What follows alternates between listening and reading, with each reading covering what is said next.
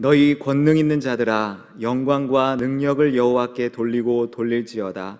여호와께 그의 이름에 합당한 영광을 돌리며 거룩한 옷을 입고 여호와께 예배할지어다. 아멘.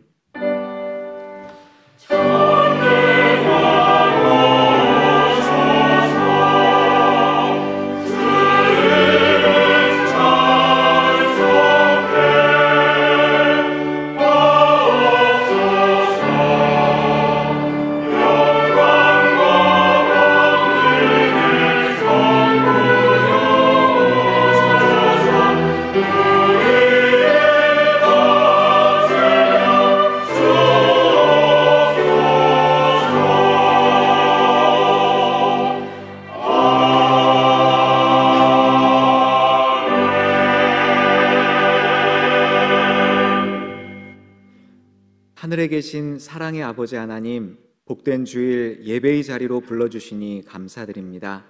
약속하신 대로 이곳에 임재하셔서 거룩한 주의 백성들이 드린 예배를 통해 홀로 영광 받아 주시옵소서. 예수님의 이름으로 기원합니다. 아멘. 자리에서 일어나시겠습니다.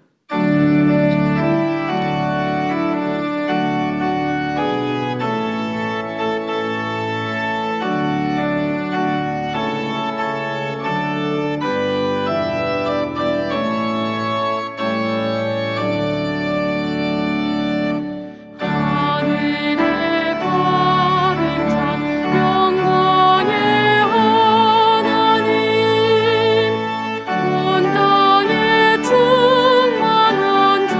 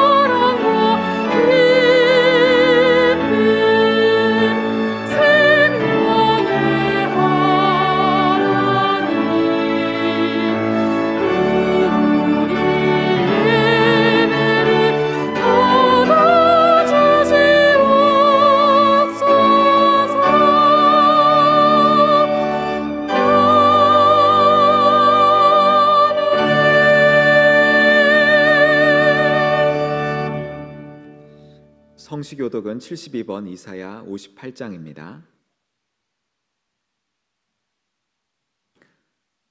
내가 기뻐하는 금식은 흉악의 결박을 풀어주며 멍에의 줄을 끌어주며 모든 멍에를 꺾는 것이 아니겠느냐. 또 줄인 자에게 내 양식을 나누어 주며 유리하는 빈민을 지배드리며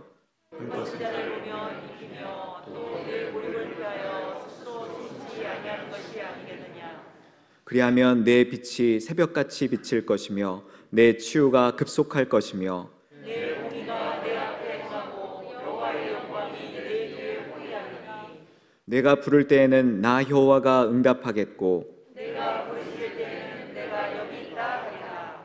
만일 내가 너희 중에서 멍에와 손가락질과 허망한 말을 제하여 버리고 줄인 자에게 내 심령이 동하며 괴로워하는 자의 심령을 만족하게 하면 내 빛이 흑암 중에서 떠올라 내 어둠이 낮과 같이 될 것이며 여호와가 너를 항상 인도하여 메마른 곳에서도 내 영혼을 만족하게 하며 내 뼈를 견고하게 하리니 너는 물된 동산 같겠고 물이 끊어지지 아니하는 샘 같을 것이라. 아멘. 나는 전능하신 아버지 하나님 천지의 창조주를 믿습니다. 나는 그의 유일하신 아들 우리 주 예수 그리스도를 믿습니다. 그는 성령으로 잉태되어 동정녀 마리아에게서 나시고 본디오 빌라도에게 고난을 받아 십자가에 못 박혀 죽으시고 장사된 지 사흘 만에 죽은 자 가운데서 다시 살아나셨으며 하늘에 오르시어 전능하신 아버지 하나님 우편에 앉아 계시다가 거기로부터 살아있는 자와 죽은 자를 심판하러 오십니다. 나는 성령을 믿으며 거룩한 공교회와 성도의 교제와 죄를 용서받는 것과 몸의 부활과 영생을 믿습니다. 아멘. 자리에 앉으시겠습니다.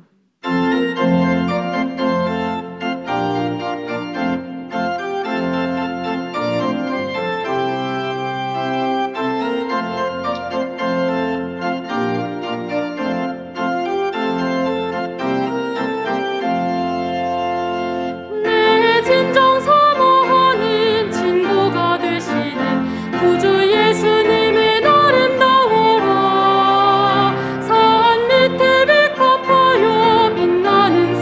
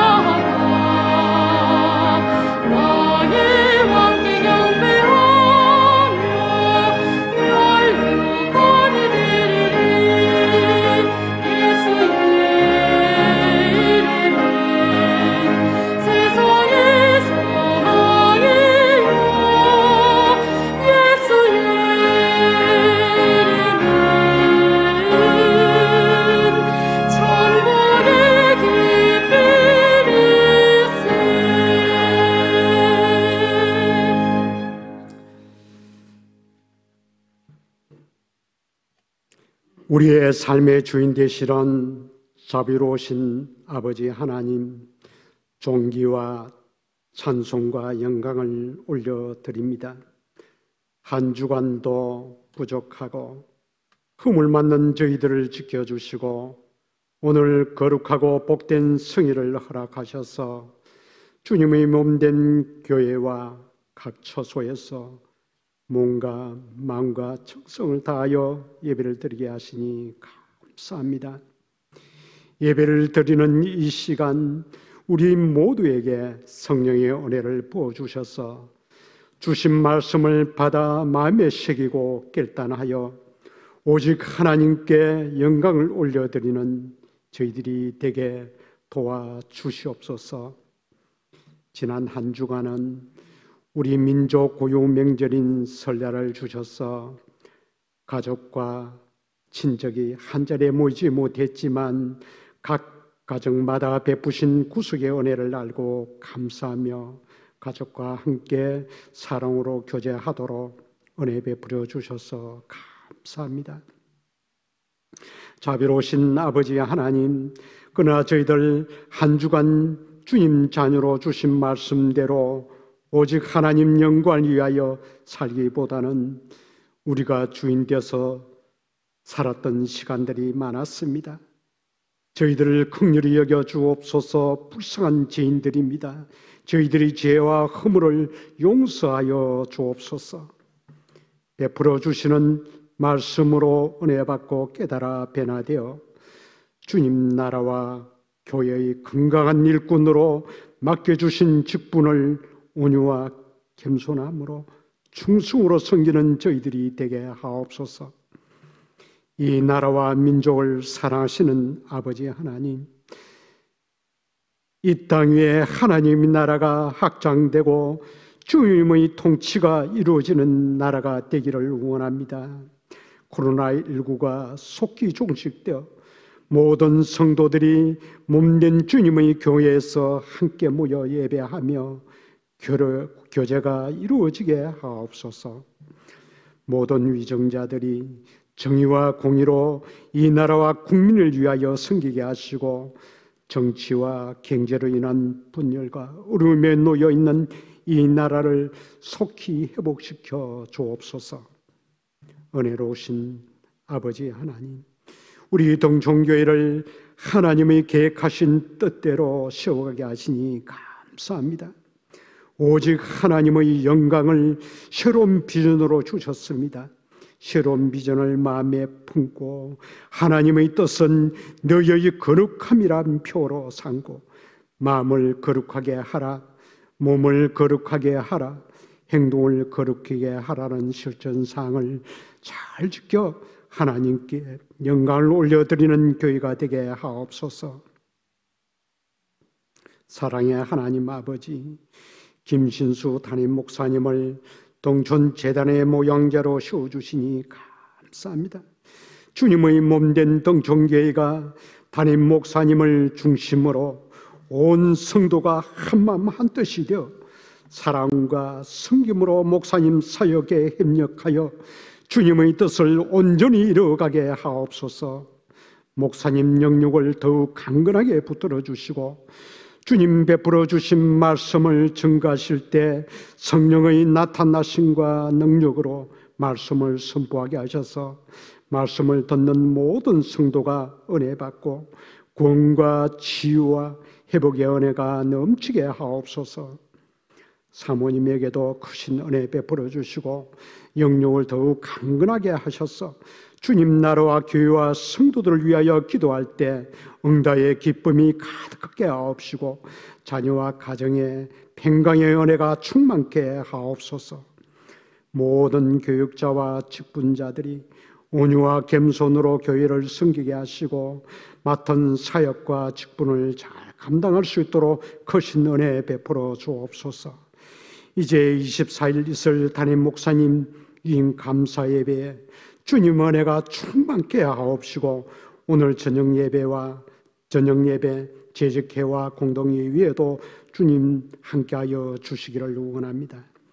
이 어려운 시기 간절히 기도하며 주님의 도우심을 간구하는 성도들의 소원을 들어 응답하여 주시옵고 병환 중인 가족들에게 속히 회복과 치유의 은혜를 내려 주옵소서.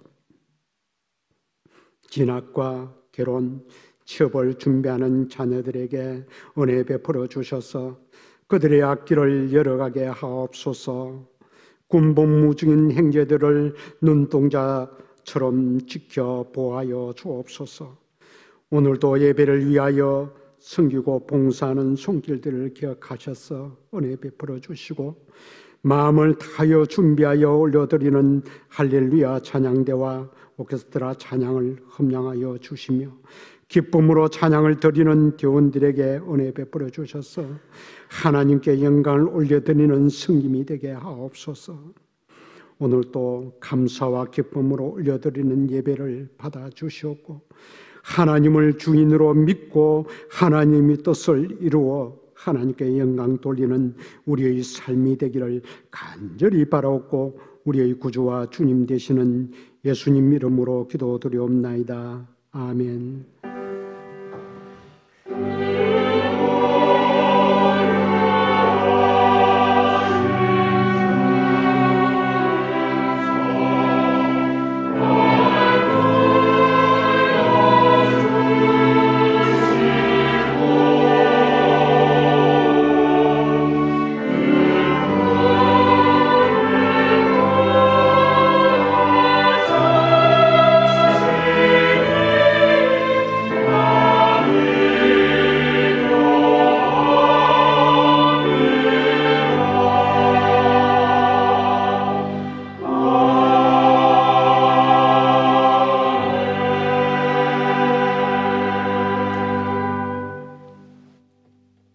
하나님의 말씀은 마태복음 11장 28절에서 30절입니다.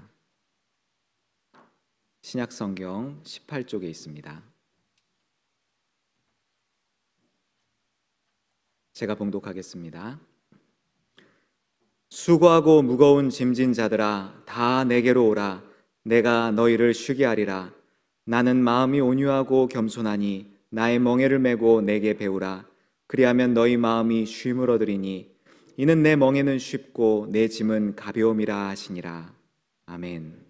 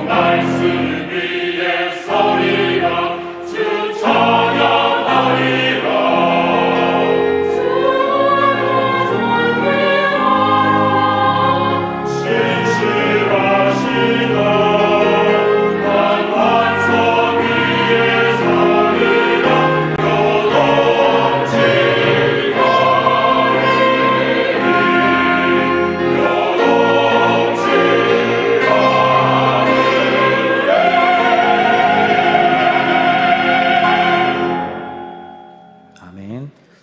우리 등촌의 가족들을 환영합니다. 우리 가정에서 예배당에서 함께 드리는 우리 가족들 서로 인사하겠습니다. 옆에 있는 사람하고 우리 주님의 이름으로 사랑합니다. 환영합니다. 반갑습니다.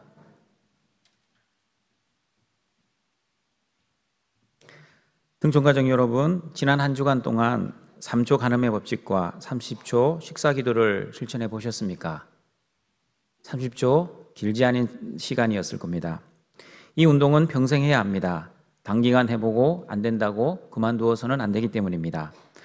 하나님의 도우심으로 힘들어도 조금씩 저와 여러분은 변화되고 성숙될 것입니다. 포기하지 마시고 끝까지 승리하시는 등촌의 가족들 되시길 바랍니다. 여러분, 하나님께서 받으시는 영광은 어떤 영광입니까? 우리가 성공하고 행복하고 만사 형통할 때만 영광을 받으시는 것이 아닙니다. 하나님의 하나님 되심이 드러날 때 하나님께서는 영광을 받으십니다. 하나님의 하나님 되심이 어떻게 드러납니까? 하나님의 능력과 하나님의 성품이 드러날 때입니다. 하나님께 영광을 돌리기 위한 두 번째 비전, 실천 사항입니다. 같이 읽어보겠습니다. 예수 그리스도와 하나 되어 영광 돌리는 교회입니다. 성도인 우리가 예수 그리스도와 연합하여 예수님의 성품을 닮아갈 때 하나님께서 영광을 받으신다는 의미입니다. 오늘은 두 가지 개념을 살펴볼 것입니다. 예수님의 성품을 닮아간다는 것과 예수 그리스도의 연합에 대해 말씀을 듣고자 합니다. 하나님의 성품이 우리를 통해 드러날 때 하나님께서 영광을 받으시듯이 우리가 예수님을 닮아갈 때 하나님께서는 영광을 받으십니다. 그러면 어떻게 우리가 예수님을 닮을 수 있습니까? 그것은 바로 우리가 그리스도와 연합되었기 때문입니다. 그리스도와 연합되어 있는 사람은 당연히 예수님을 닮게 되지만, 그러나 예수님과 연합되어 있지 않으면 예수님을 닮을 수 없는 것입니다. 그리스도의 연합을 먼저 살펴보고 예수님을 닮아가는 삶에 대해 알아보도록 하겠습니다. 학생들을 지도할 때 우리 학생들이 자주 하는 질문이 있습니다. 목사님, 아담과 하와가 지은 죄가 왜 내 죄가 되나요? 저는 아담을 본 적도 없고 하와를 만난 적도 없는데 그들의 죄가 왜 내 죄가 된다는 것이 너무 억울해요. 어른들한테 설명하는 것처럼 웨스트민스터 대교리 문답 22문, 아담과 맺은 언약은 아담하고만 맺은 것이 아니라 모든 후손과 맺은 언약이야. 그러므로 생육법으로 태어난 모든 인류는 아담 안에서 다 범죄한 거야 라고 설명을 해주면 아이들은 잘 이해를 못합니다. 그래서요, 내가 지은 죄도 아닌데 왜 내 죄라고 해요? 부모님이 지은 죄는 부모님의 죄지, 그리고 아담과 하와가 지은 죄는 아담과 하와의 죄지 왜 내 죄가 돼요? 여러분, 눈높이 교육 잘 아시죠? 우리 학생들에게는 이런 설명을 해줍니다. 우리나라 국가대표 축구팀과 일본 국가대표 축구팀이 시합을 해. 너는 어느 팀 응원해? 당연히 우리나라죠. 우리나라가 이기면 누가 이겼다고 하니? 대한민국이 일본을 이겼다고 하지. 당연하지요. 우리나라 축구선수 11명과 일본 축구선수 11명이 시합을 했는데 왜 대한민국이 이겼다고 하지? 우리나라 11명의 선수가 이긴 것 아니야? 성도 여러분, 우리나라 사람 11명이 축구 시합을 해서 이겼다고 11명만 이긴 것이 아닙니다. 11명은 그냥 개인의 자격으로 축구 시합을 한 것이 아니라 국가대표의 자격으로 시합을 한 것입니다. 그래서 11명이 시합을 했지만 대한민국이 이겼다고 말을 합니다. 이것이 바로 대표성의 원리입니다. 마찬가지입니다. 하나님께서 아담하고만 언약을 맺으신 것이 아니었습니다. 아담과 그 후손 모두와 언약을 맺으셨는데 아담이 대표가 되어 언약을 맺은 것입니다. 이 대표성의 원리를 잘 이해해야 속죄의 원리도 쉽게 이해하실 수 있습니다. 여러분의 죄는 어떻게 용서를 받으셨습니까? 여러분이 예수님처럼 십자가에서 죄의 값을 직접 치르신 것이 아닙니다. 그리고 예수님이 2000년 전에 십자가에서 돌아가실 때 여러분이 그 현장에 있었던 것도 아닙니다. 그렇다면 그 십자가에서 죽으신 예수님과 여러분은 무슨 관계가 있는 것입니까? 우리가 어떻게 죄를 용서받았는지 고린도전서 15장 22절에 그 답이 나와 있습니다. 같이 읽어봅니다. 아담 안에서 모든 사람이 죽은 것 같이 그리스도 안에서 모든 사람이 삶을 얻으리라. 저와 여러분은 그리스도 안에서 죄를 용서받고 영생의 삶을 얻었습니다. 핵심은 그리스도 안에서입니다. 그리스도와의 연합을 의미합니다. 조금 어려운 말로 믿음으로 인한 유기체적인 연합이라고 말을 합니다. 예수님이 2000년 전에 죽으셨던 그 죽으심이 나의 죽음이 되고 예수님이 다시 살아나심이 나의 살아남이 된다는 뜻입니다. 어떻게 이게 가능하게 되었습니까? 믿음으로 말미암아 가능하게 되었습니다. 예수님을 나의 주님으로 나의 메시아 그리스도로 믿으면 예수님의 죽으심이 나의 죽음이 되고 예수님의 부활이 나의 부활이 된다고 로마서 6장 5절은 말씀합니다. 같이 읽어봅니다. 만일 우리가 그의 죽으심과 같은 모양으로 연합한 자가 되었으면 또한 그의 부활과 같은 모양으로 연합한 자도 되리라. 믿음으로 인해 예수님과 나는 하나가 되었습니다. 다시 말하면 예수님의 십자가에서 죽으실 때 나의 모든 죄가 죽었고 예수님이 부활하실 때 예수님을 믿는 우리도 죽음으로 끝나는 것이 아니라 부활의 존재가 된다는 뜻입니다. 예수님과 우리가 하나 되고 연합되었다는 것을 예수님께서는 요한복음 15장 5절에서 포도나무와 가지 비유로 설명해 주셨습니다. 같이 읽어봅니다. 나는 포도나무요 너희는 가지라. 그가 내 안에 내가 그 안에 거하면 사람이 열매를 많이 맺나니 나를 떠나서는 너희가 아무것도 할 수 없음이라. 가지는 가지 혼자 살아갈 수 없습니다. 뿌리에서 올라오는 물과 영양분이 없으면 존재할 수 없기 때문입니다. 여러분, 가지가 나무에서 1cm 떨어져 있으면 살 수 있을까요? 아니면 죽을까요? 당연히 죽습니다. 가지가 나무에서 0.1cm 떨어져 있으면 어떻습니까? 죽습니다. 0.0001mm 떨어져 있으면 살 수 있습니까? 살 수 없습니다. 가지는 나무와 떨어지는 순간 죽기 시작합니다. 처음에는 죽는 것처럼 보이지 않습니다. 그러나 시간이 지나면 지날수록 가지는 메마르고 죽어갈 것입니다. 마찬가지입니다. 예수님과 우리가 하나 되고 연합되어야지만 영적으로 살아있는 것입니다. 지난주에 거룩한 척 하지 말고 거룩하게 살자고 말씀드렸습니다. 거룩한 척 하는 사람은 겉으로는 살아있는 것처럼 보이지만 실상은 죽은 사람들입니다. 그러나 거룩한 사람은 겉으로도 살아있고 안으로도 살아있기 때문에 생명력이 풍성한 사람들입니다. 여러분, 교회 안에서 가장 불쌍한 사람이 어떤 사람인지 아십니까? 가난한 사람, 아픈 사람들이 아닙니다. 하나님의 능력 없이 열심히 봉사하고 일하는 사람들입니다. 하나님이 주시는 성령의 은혜가 없이 교회 일을 많이 하니 어떻게 됩니까? 신앙의 연수는 오래되었기 때문에 교회의 전통을 잘 알아 어떻게 교회 일을 해야 하는지는 다 알고 있습니다. 그런데 하나님의 힘이 아니라 자신의 힘으로 하려고 하니 너무 힘이 듭니다. 사역의 열매가 없습니다. 사람들과의 관계가 힘들게 됩니다. 봉사를 많이 하면 할수록 오히려 마음에는 원망과 불평이 가득합니다. 거룩한 일을 하면서도 왜 이렇게 힘이 듭니까? 그것은 그리스도와 연합되지 않고 자신의 경험과 자신의 능력으로 열심히 일을 하기 때문입니다. 예수님과 하나 되지 않고 일을 하면 어떻게 됩니까? 겉으로는 주님의 일, 교회의 일을 한다고 하지만 실상은 자신의 일을 하고 있기 때문입니다. 왜냐하면 하나님이 주시는 능력과 지혜로 하지 않고 내 능력과 내 뜻대로 일을 하기 때문입니다. 그러므로 사랑하는 등촌가족 여러분, 저를 포함한 우리 교회 모든 사역자와 직분자를 위해 기도해 주십시오. 내 힘과 내 능력이 아니라 하나님의 능력과 성령의 은혜로 하나님의 일을 잘 감당할 수 있도록 기도해 주십시오. 하나님이 주시는 지혜로 하나님 영광과 뜻을 위해 감사와 기쁨으로 주어진 사명 잘 감당할 수 있도록 기도해 주시는 우리 등촌의 가족들이 되시길 바랍니다. 마태복음 7장을 보시면 이런 말씀이 있습니다. 주님, 내가 주님의 이름으로 선지자 노릇을 했습니다. 주님, 내가 주님의 이름으로 귀신도 쫓아냈습니다. 주님, 내가 주님의 이름으로 많은 권능도 행했습니다. 그런데 주님의 반응은 싸늘합니다. 어떻게 반응하셨는지 마태복음 7장 21절을 같이 읽어보겠습니다. 나더러 주여 주여 하는 자마다 다 천국에 들어갈 것이 아니요 다만 하늘에 계신 내 아버지의 뜻대로 행하는 자라야 들어가리라. 겉으로는 주님의 이름으로 했다고 하지만 실상은 하나님의 뜻대로 행하지 않았다고 말씀합니다. 이렇게 예수님과 연합되지 않으면 자신의 뜻대로 살아갈 수밖에 없습니다. 그러나 예수님과 하나 되면 어떻습니까? 내 뜻과 내 영광이 아니라 하나님의 뜻과 하나님의 영광을 위해 살아가게 됩니다.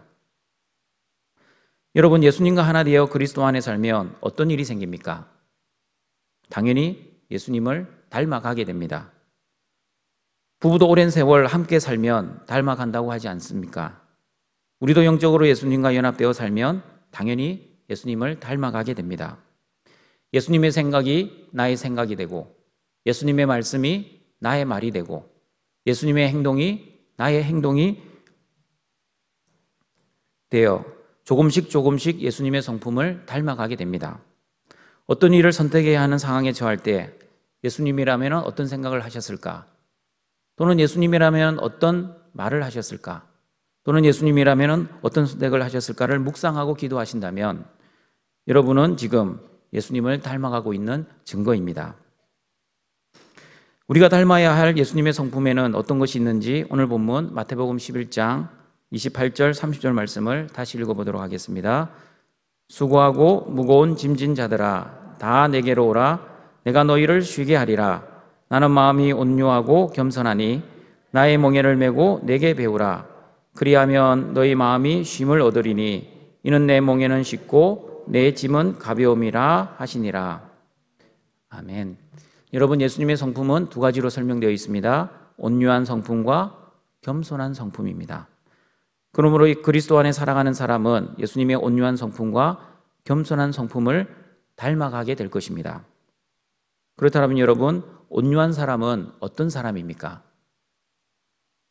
천성적으로 착하고 온순하고 부드러운 사람입니까? 누가 무슨 말을 해도 아무런 말도 하지 않고 그냥 웃어주는 사람이 온유한 사람입니까? 온유란 말은 그런 뜻이 아닙니다. 온유라는 헬라어 프라우스는 짐승을 길들이다, 통제되지 않는 짐승을 달래고 진정시키다 라는 뜻이 있습니다. 여러분, 짐승을 왜 길들이고 통제시킵니까? 주인의 뜻에 순종시키기 위함입니다. 주인이 오른쪽으로 가자 하면 오른쪽으로 가야 하고, 주인이 왼쪽으로 가자 하면 왼쪽으로 가야 합니다. 그러나 길들여지지 않는 짐승은 어떻습니까? 주인이 오른쪽으로 가자 하면 왼쪽으로 갑니다. 주인이 앞으로 가자 하면 뒤로 갑니다. 이렇게 주인의 뜻에 순종하는 사람, 주인의 말씀에 통제되는 사람을 온유한 사람이라고 합니다. 여러분, 예수님은 아버지 하나님 뜻에 100% 순종하셨습니다. 99.95% 순종하고 0.01% 불순종하지 않으셨습니다. 온전히 하나님의 뜻대로 사셨던 분이 바로 예수 그리스도였습니다. 그러나 성경을 보시면 예수님도 때로는 한 성질하셨습니다. 성전에서 장사하는 사람들, 돈 바꾸는 사람들의 자판을 뒤집어 엎으셨습니다. 그리고 바리새인들에게는 수시로 이 독사의 새끼들아, 이 마귀의 자식들아 라고 저주하셨습니다. 이렇게 한 성질하신 예수님을 보고 어떻게 온유한 사람이라고 할 수 있습니까? 그러므로 온유한 사람이란 착하고 순하고 부드러운 사람이 아니라 하나님의 뜻에 순종하는 사람들을 의미합니다. 그리고 여러분, 성경을 보시면 또 한 명의 온유한 사람이 나옵니다. 구약의 모세입니다. 모세는 어떤 사람이었습니까? 모세 또한 한 성질하는 사람이었습니다. 욱하는 성질 때문에 애굽의 군사를 때려 죽였습니다. 하나님 앞에서 반석을 내려치기도 했고요. 심지어 하나님께 직접 받은 십계명의 두 돌판도 집어던져 박살을 냈던 사람입니다. 그런데 성경은 이 사람 모세는 온유함이 지면의 모든 사람보다 더하더라라고 말씀합니다. 그 당시 인구가 얼마 되었는지 정확하게 모르겠지만 전 세계에서 가장 온유한 사람 모세였습니다. 어떻게 이런 성질을 가진 사람을 보고 세상에서 가장 온유한 사람이라고 할 수 있습니까? 그러므로 우리는 온유한 성품은 착하고 순하고 다정한 성품이 아니라는 것을 알아야 합니다.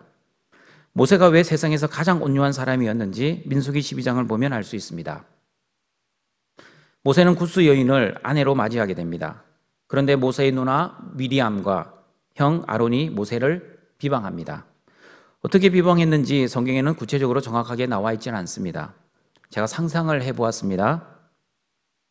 미리암의 말입니다. 모세, 너 지금 나이가 몇 살이야?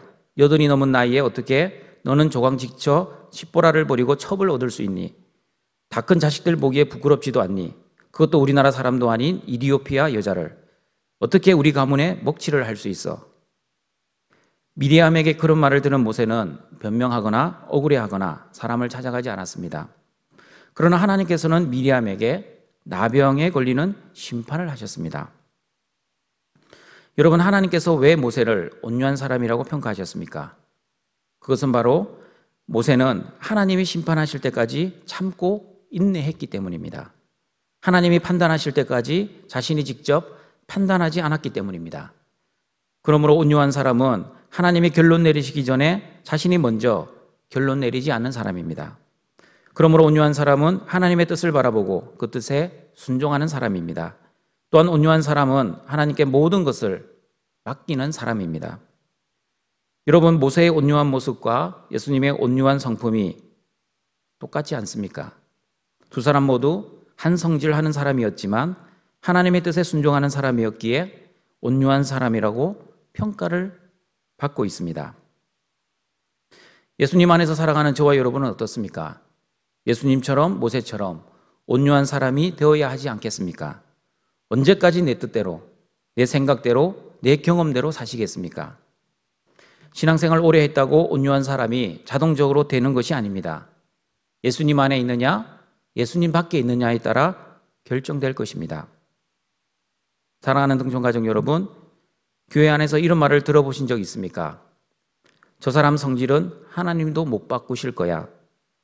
주님이 재림하셔야 바뀔까? 아니면 아무도 못 말려. 정말 그렇습니까? 천지를 창조하신 전능하신 하나님께서 한 사람의 성질과 기질을 바꿀 수 없다고 생각하십니까? 말씀으로 천지를 창조하신 하나님께서 우리의 인격과 삶을 충분히 변화시킬 수 있다고 저는 생각합니다. 물론 사람에 따라 시간의 차이가 있고 은혜의 차이가 있을 수는 있습니다.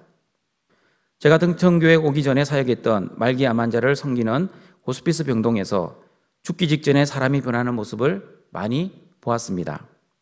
도저히 예수님을 믿지 못할 것 같던 깡패, 예수님을 믿는다는 이유로 아내를 심하게 폭행하고 핍박했던 남편, 그리고 절의 주지 스님도 세례받고 자신의 삶을 회개하며 하나님 앞으로 돌아오는 것을 자주 보았습니다. 그리고 자신의 성질과 기질 때문에 가족을 힘들게 했고 주변 사람들을 어렵게 했고 심지어 교우들의 마음을 아프게 했던 과거의 잘못을 회개하고 용서를 구하는 사람들을 보았습니다. 등촌가족 여러분, 지금 우리의 눈으로는 도저히 변화되지 않을 것 같은 사람들이 여러분의 주위에 있다 할지라도 포기하지 마십시오. 그리고 끝까지 기도합시다. 주여, 저 불쌍한 영혼에게 은혜를 베풀어 주시옵소서.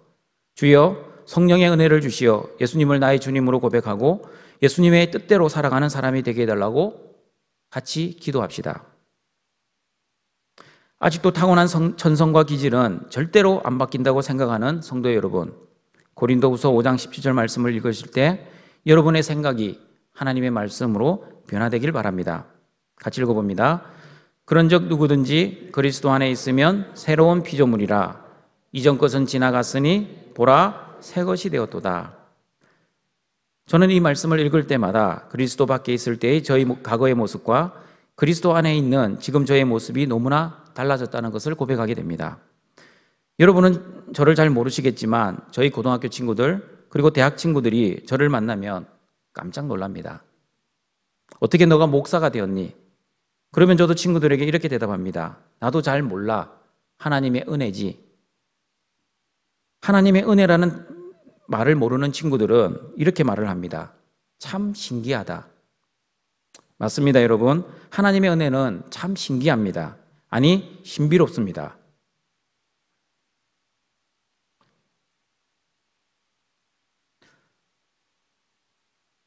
때로는 이해가 되지 않습니다.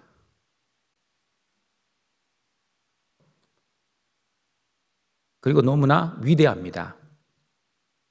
이전에는 내 행복과 내 뜻과 내 영광을 위해 살던 사람을 이제는 하나님의 말씀과 하나님의 뜻과 하나님의 영광을 위해 사는 사람으로 완전히 바꾸어 놓았기 때문입니다. 예수님 안에 예수님과 하나 되어 예수님과 연합되어 사는 사람은 이렇게 예수님의 온유한 성품을 닮아가게 됩니다. 내가 인간적으로 노력하지 않아도, 의도하지 않아도 자연스럽게 하나님의 은혜로 예수님을 닮아가게 되는 것입니다. 그러면 예수님과 연합된 사람들의 특징이 무엇입니까? 제가 조금 전에 말씀드린 것처럼 교회에서 가장 불쌍한 사람, 하나님의 능력 없이 자기 힘으로 봉사를 하는 사람이 아니라 하나님이 주시는 힘으로 예수님 안에서 봉사를 하기 때문에 일을 쉽게 합니다. 사역의 열매가 풍성합니다. 설령 내 뜻대로 되지 않아도 안달하지 않습니다. 내 뜻을 관철시키려 하지도 않습니다. 하나님이 알아서 다 하시겠지 하며 거룩한 안도감이 있습니다. 사람에게 상처 주지도 않습니다. 왜냐하면 성령의 은혜로 일을 감당하기 때문입니다. 자신의 힘과 경험을 의지하지 않고 오직 하나님의 뜻이 어디에 있는지를 기도하며 봉사를 하기 때문입니다. 이렇게 예수님 안에서 일을 하는 사람과 예수님 밖에서 일을 하는 사람은 겉으로 보기에는 비슷해 보입니다. 그러나 봉사를 하는 과정과 그 사역의 열매, 결과를 보면 확연히 다르다는 것을 보게 됩니다. 그러므로 등촌가정 여러분, 저와 여러분은 모세와 예수님처럼 온유한 사람이 되기를 위해 기도합시다. 내 뜻을 내려놓고 아버지의 뜻을 구합시다. 내 행복이 아니라 거룩을 위해 살아갑시다. 내 영광이 아니라 하나님의 영광을 위해 살아가시는 우리 등촌의 가족들이 되시길 바랍니다. 예수님의 두 번째 성품은 겸손입니다. 여러분, 겸손이라는 영어 humility는 라틴어 흙, 땅이라는 뜻을 가진 휴무스에서 유래되었습니다. 흙의 역할은 무엇입니까? 사람에게 한없이 밟히면서도 계속 나무의 뿌리가 잘 박히도록 희생하며 또한 영양분을 제공하여 열매를 맺게 합니다. 그러므로 겸손은 자기를 흙과 같이 자기를 낮추는 것뿐만 아니라 자기의 욕심과 자존심을 버리고 남을 위해 희생하고 섬기는 것입니다. 예수님이 어떻게 겸손하셨는지 빌립보서 2장 5절에서 8절 말씀을 읽어보도록 하겠습니다. 너희 안에 이 마음을 품으라. 곧 그리스도 예수의 마음이니 그는 근본 하나님의 본체시나 하나님과 동등됨을 취할 것으로 아니하시고 오히려 자기를 비워 종의 형체를 가지사 사람들과 같이 되셨고 사람의 모양으로 나타나사 자기를 낮추시고 죽기까지 복종하셨으니 곧 십자가에 죽으심이라. 예수님 안에 사는 사람들은 어떻게 겸손해야 합니까? 자신을 비워야 합니다. 십자가에 죽기까지 복종해야 합니다. 제가 서론에서 말씀드린 것처럼 그리스도와 연합된다는 것은 예수님께서 십자가에 죽으실 때 우리도 십자가에서 죽었다는 것을 의미합니다. 우리가 잘 아는 갈라디아서 2장 20절 말씀을 보면 그 의미를 정확하게 알 수 있습니다. 같이 읽어보겠습니다. 내가 그리스도와 함께 십자가에 못 박혔나니 그런즉 이제는 내가 사는 것이 아니요 오직 내 안에 그리스도께서 사시는 것이라. 이제 내가 육체 가운데 사는 것은 나를 사랑하사 나를 위하여 자기 자신을 버리신 하나님의 아들을 믿는 믿음 안에서 사는 것이라. 우리는 그리스도와 함께 죽었습니다. 그런데 아직도 죽지 않고 살아있으면 그때부터 문제가 생기기 시작합니다. 우리는 분명히 예수님과 십자가에서 죽었는데 죽지 않고 잠시 기절한 사람이 있습니다. 은혜 받고 훈련받을 때는 죽은 것처럼 보입니다. 그러나 실상 죽은 것이 아니라 잠시 기절을 한 것입니다. 그러다가 은혜가 사라지고 성령이 떠나가면 죽었던 옛 자아가 부활합니다. 옛 성질과 기질이 재림합니다. 본인을 힘들게 할 뿐만 아니라 가족과 주변의 사람들을 힘들게 하기도 합니다. 왜 이렇게 됩니까? 십자가에서 죽지 않았기 때문입니다. 그러나 십자가에서 죽으면 어떻게 됩니까? 십자가에서 완전히 죽으면 자신의 자아가 죽고 자신의 뜻을 내려놓게 됩니다. 예수님처럼 하나님의 뜻을 위해 살아가게 됩니다. 여러분, 겸손이란 실력을 낮추는 것이 아닙니다. 예수님처럼 자세를 낮추는 것입니다. 자세를 낮추어 십자가 앞에 서는 것이 겸손입니다. 하나님의 영광 앞에 나 자신을 발견하는 것이 겸손입니다. 그러므로 겸손한 사람은 자기를 주장하지 않습니다. 겸손한 사람은 형제의 눈 속에 있는 티를 먼저 보기 전에 내 눈 속에 있는 들보를 보는 사람입니다. 그리고 겸손한 사람은 자기 욕심대로 살지 않고 하나님의 뜻과 하나님의 욕심을 위해 사는 사람입니다. 여러분, 그 사람이 겸손한 사람인지 교만한 사람인지 알아보는 방법이 있다고 합니다. 그 사람에게 힘과 권력을 주어보면 안다고 합니다. 힘이 주어질 때 자기 마음대로 하는 사람은 교만한 사람이지만 힘이 주어져도 힘을 이용하여 사람을 힘들게 하지 않고 오히려 이웃을 섬기는 사람은 겸손한 사람입니다. 마찬가지입니다. 영적으로 교만한 사람은 자기 뜻대로 사는 사람이지만 영적으로 겸손한 사람은 힘이 주어져도 하나님의 뜻을 먼저 생각하는 사람입니다. 그러므로 여러분, 예수님의 제자인 우리는 예수님처럼 자세를 낮추어 살아야 합니다. 높아지려는 것은 마귀의 속성입니다. 그러나 낮아지는 것은 예수님의 성품입니다. 죽기까지 낮아지신 예수님처럼 하나님의 뜻에 죽기까지 순종하는 등촌의 가족들이 되시길 바랍니다. 말씀을 정리하도록 하겠습니다. 사랑하는 등촌 가족 여러분, 우리는 세상 속에 살고 있지만 실상은 예수님 안에 살고 있습니다. 믿음으로 말미암아 예수님과 하나 되어 예수님을 닮아가는 사람들입니다. 예수님과 연합되어 있기 때문에 예수님의 성품이 자동적으로 흘러나와야 합니다.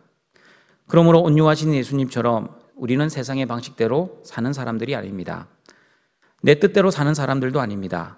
우리의 주인 대신 하나님의 뜻과 하나님의 말씀에 순종하는 사람들입니다. 하나님이 결론 내리실 때까지 결론 내리지 않는 그런 온유한 사람들입니다. 그리고 겸손하신 예수님처럼 자세를 낮추어 죽기까지 복종해야 합니다. 나는 십자가에서 기절한 것이 아니라 죽었다는 것을 기억하시고 새로운 피조물답게 살아야 합니다. 그러므로 예수님과 하나 된 저와 여러분은 예수님의 온유하시고 겸손한 성품을 닮아 하나님께 영광 돌리시는 등촌의 가족들이 되시길 주님의 이름으로 축원합니다. 사랑과 자비가 풍성하신 하나님 아버지, 어둠의 자녀 사탄의 자식이었던 우리를 예수 그리스도의 십자가의 은혜로 하나님의 자녀 삼아주시고 예수님과 하나 될 수 있도록 은혜 내려주신 것 감사합니다. 예수님과 연합된 우리가 예수님의 성품, 온유한 성품, 겸손한 성품을 닮아 하나님께 영광 돌리는 모든 등촌의 가족들이 되게 도와주시옵소서. 예수님의 이름으로 기도드리옵나이다. 아멘.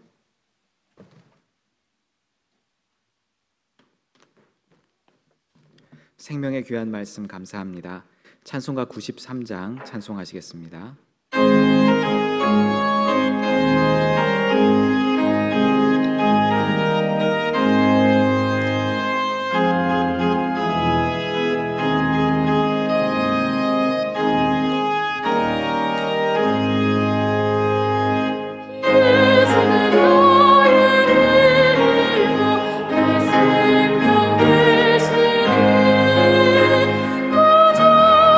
예수 떠나서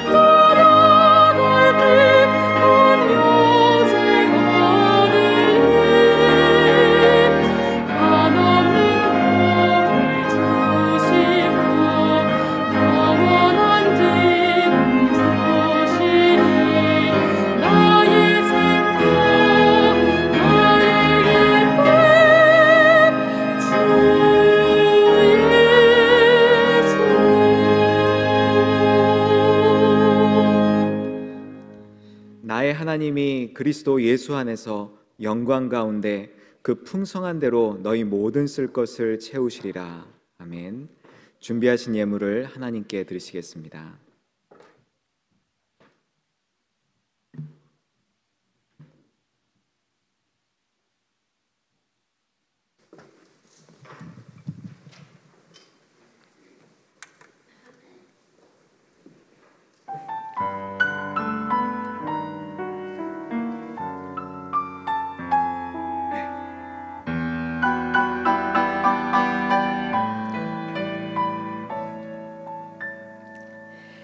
여호와는 나의 목자, 내가 부족함이 없으리로다. 그가 나를 푸른 초정과 맑은 물가로 인도하시도다. 나의 영혼을 소생시키시고 이의 길로 인도하시는도다. 사망의 골짜기로 내가 다닐지라도 주께서 나와 함께 계시니 두려움 없네. 주께서 내 원수의 목전에서 나를 잔치를 베푸시고 내 머리에 기름을 부으시니 내 잔이 넘치나이다.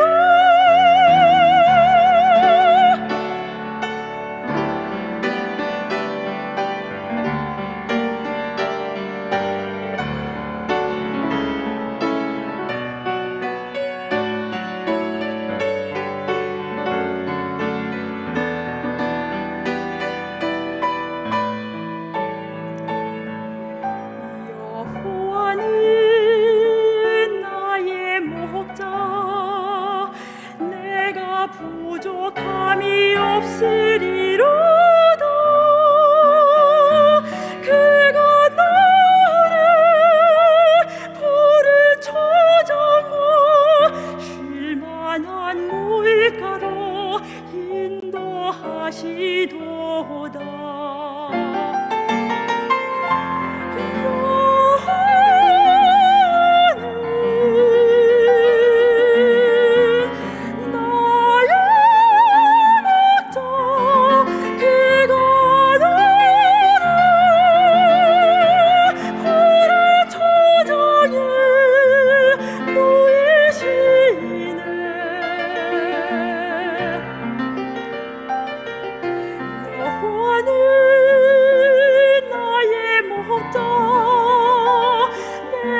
부족함이 없으리로다.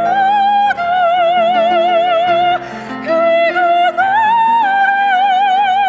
푸른 초정과 쉴만한 물가로 인도하시도다.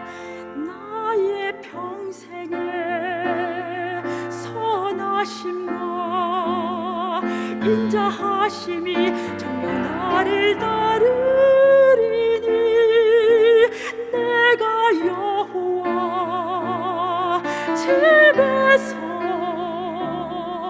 영원히 살리라.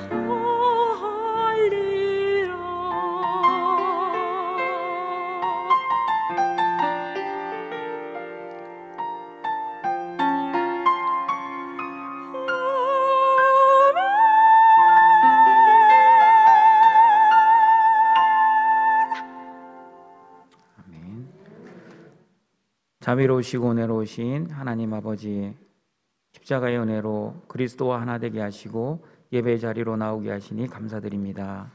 우리의 예물을 받아주시고 우리의 몸과 마음을 받아주시옵소서. 이 예물을 통해 하나님의 나라와 뜻을 이루게 하시고 하나님께만 영광 돌리는 귀한 예물이 되게 하여 주시옵소서. 예수님의 이름으로 기도드리옵나이다. 아멘.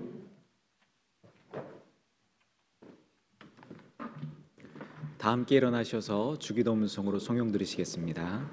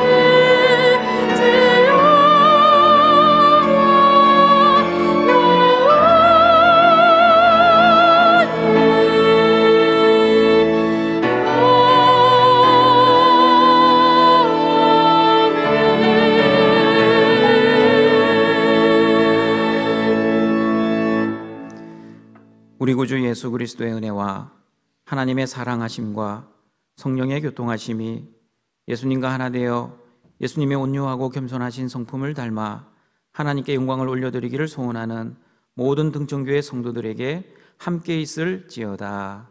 아멘.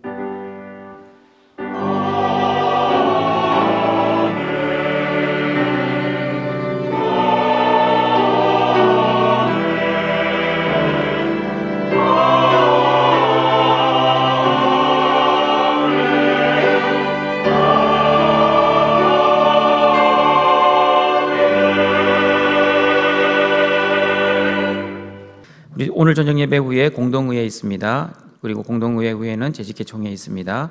오늘 학습 세례 입교 공부는 설레관계로 쉽니다.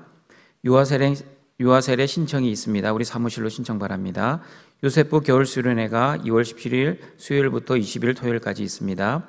우리 이번 주 금요 기도회는 구역이 함께하는 금요 기도회로 모입니다. 시드 찬양단 모집을 하고 있습니다. 우리 주보를 참여해 주시고요. 등촌 어린이집 교사 모집을 하고 있습니다. 우리 주보를 참여해 주시고, 겨울 성경학교 및 수련회가 있습니다. 우리 주보를 참여해 주시고요. 훈련생 모집 있습니다. 우리 주보를 참여해 주시고, 신령 교사 세미나가 다음 주일 저녁 예배 때 있습니다. 우리 교사님들은 많이 참석해 주시길 바랍니다. 그리고 담임 목사 위임식이 2월 24일 수요일 오전 11시 본교회당에서 있습니다. 다 같이 성도의 교제 찬양 드립니다.